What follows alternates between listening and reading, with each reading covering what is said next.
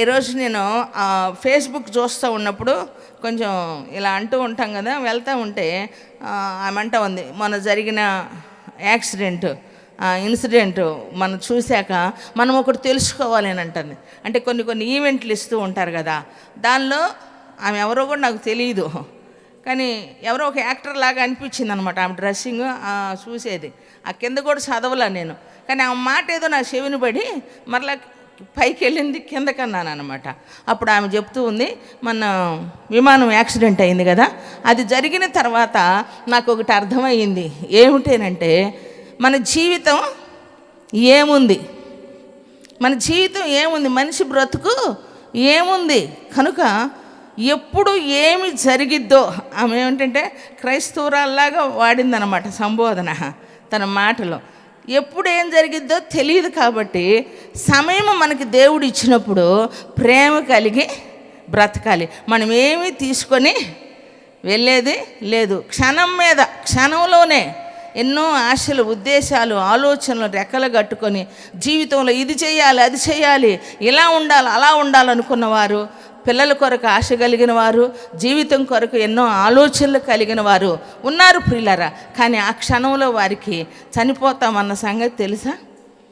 దాన్ని చూసినటువంటి ఆమె ఏం చెబుతూ ఉందంటే, క్షణంలో జీవితం ఎటు మారిపోయిద్దో తెలియదు, కానీ బ్రతికున్నప్పుడే మనము ప్రేమ కలిగి బ్రతకాలని చెప్పింది. చప్పట్లు కొట్టి దేవుణ్ణి గణపరుద్దామా ప్రియులారా. ఒక దేవుని ఎరుగునటువంటి వ్యక్తి సమాజాన్ని చూసి తను తెలుసుకుంటూ ఉన్నటువంటి గొప్ప వాస్తవం. ఈరోజు ప్రభువుని కలిగి ఉన్నాం, యేసుక్రీస్తుని రక్షకునిగా మనము అంగీకరించాం. ఈ విజయవాడ ప్రాంతంలో ఈ ప్రత్యేక కూడికలోనికి మరి వచ్చిన మీ అందరినీ కూడా నా దేవుడు నిశ్చయముగా ఆశీర్వదించును గాక.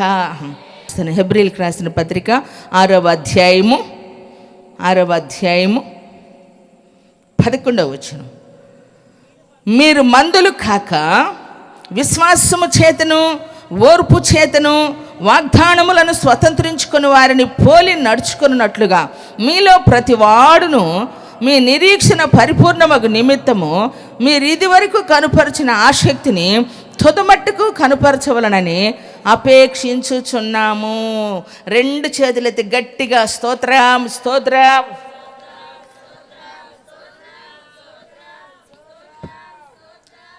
చాలా సంతోషం, మీరు చాలా యాక్టివ్గా ఉన్నారు. ఇంక గంట సేపు మనం ఇక్కడ ఉన్న ఇబ్బంది ఏమీ లేదు. మీలో ఉన్న ఎనర్జీ చూడటానికి మిమ్మల్ని స్తోత్రాలు చెప్పమన్నా. మీరు ఎంతైతే శబ్దం తగ్గిపోతూ ఉంటుందో ప్రసంగం అంత కుదించబడతా ఉంటుంది. ఎంతైతే గట్టిగా చెప్తూ ఉంటారో అంత పొడిగించబడిద్ది. ఒక్కసారి గట్టిగా స్తోత్రం చెబుదాం.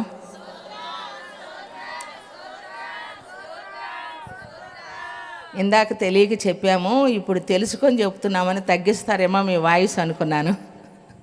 ఏమీ తగ్గలేదు, మీకు ఆశీర్వాదం కూడా తక్కువేమీ కాదు. ఆమేన్ అనండి. ఇక్కడ ఏమని రాయబడింది ప్రియులరా దేవుని సన్నిధిలో? మీరు మందులు కాక విశ్వాసము చేతను ఓర్పు చేతను, దేనికంటే వాగ్దానమును స్వతంత్రించుకున్న వారిని పోలి.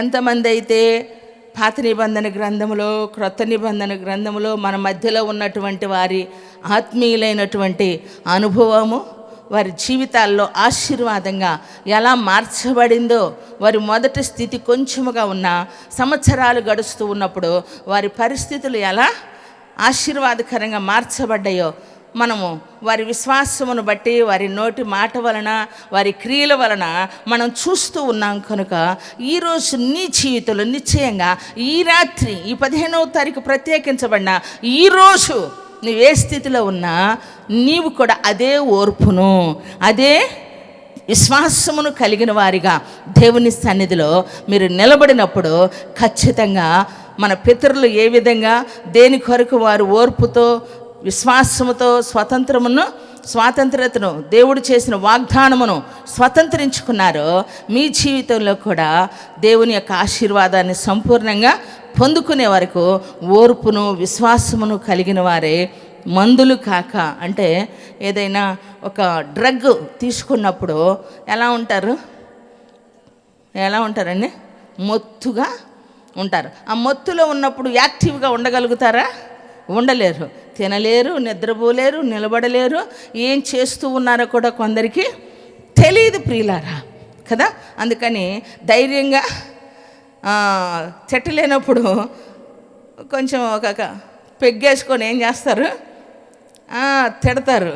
అంటే అప్పుడు ధైర్యం వచ్చింది. అంటే మామూలుగా అయితే యాజ్ ఇట్ ఈజ్గా సింగిల్ పర్సన్ కదా, కొంచెం వేసుకోగానే డబుల్ అయిపోతారు కాబట్టి ధైర్యం ఎక్కువైపోయి ఆ మందులు ఏం చేస్తారు, తిడతా ఉంటారు. వారు ఏం చేస్తారు తెలీదు. ఈరోజు నేనున్నాను, నాకు ముసుగు జారిపోతూ ఉంది తెలిసిద్ది, కొంతమందికి పవిట్ జారిపోతూ ఉంది తెలిసిద్ది, కొంతమందికి ఎలా ఉన్నామో చూసుకుంటారు. నడిచేటప్పుడు కూర్చున్నప్పుడు వారు సరి చేసుకుంటూ ఉంటారు.